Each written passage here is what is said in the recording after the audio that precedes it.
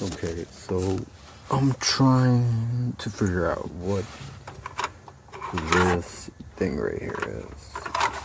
It's connected to this, but this is not connected to anything at all. And it's also connected to this thing right here, which I don't know what the freak it is.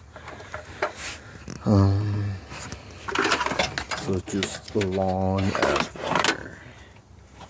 See it? Yeah. It's just like some glue stuff. And this goes to all of this.